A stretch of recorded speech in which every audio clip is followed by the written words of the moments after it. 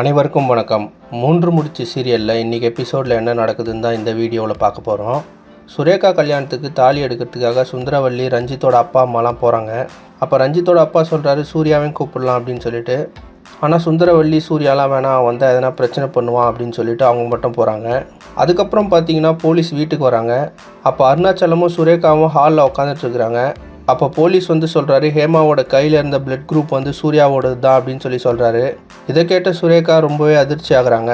ஆனால் அருணாச்சலம் சூர்யா அப்படிலாம் பண்ண மாட்டான் அப்படின்னு சொல்லிட்டு சூர்யாவுக்கு சப்போர்ட்டாக பேசுகிறாரு. இன்னொரு பக்கம் பார்த்தீங்கன்னா சூர்யாவும் அசோகனும் கல்யாண மண்டபத்துக்கு போயிட்டுருக்குறாங்க.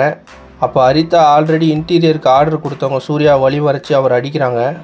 சூர்யா அவங்கள அடிச்சுட்டே இருக்கும்போது இன்னொருத்தர் அசோகனை தலையிலேயே அடிச்சிட்டாரு. இதனால் அசோகனுக்கு தலையிலேருந்து ரத்தம் வருது. உடனே சூர்யா அவர் ஹாஸ்பிட்டலுக்கு கூட்டிகிட்டு போகிறாங்க.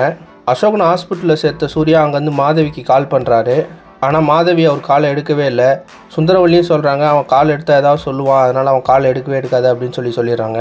இதனால் என்ன பண்ணுறதுன்னு தெரியாமல் சூர்யா சுரேகா கால் பண்ணுறாரு. சுரேகாவும் கொஞ்சம் நேரம் கால் எடுக்கல, அதுக்கப்புறமா கால் எடுத்துடுறாங்க. அப்போ சூர்யா அசோகனுக்கு நடந்த எல்லாத்தையும் சுரேகா கிட்ட சொல்லிட்டாரு. அது மட்டும் இல்லாமல் சூர்யா மாதவி கிட்ட கால் பண்ணி இந்த விஷயத்த சொல்லிவிட்டு எல்லாரையும் கூப்பிட்டுட்டு ஹாஸ்பிட்டலுக்கு வா அப்படின்னு சொல்கிறாரு. இப்போ அசோகனுக்கு பிளட்டு தேவைப்பட போகுது. அதனால் ரஞ்சித்தை ஒரே பிளட் குரூப்னு கொடுக்க சொல்ல போகிறாங்க.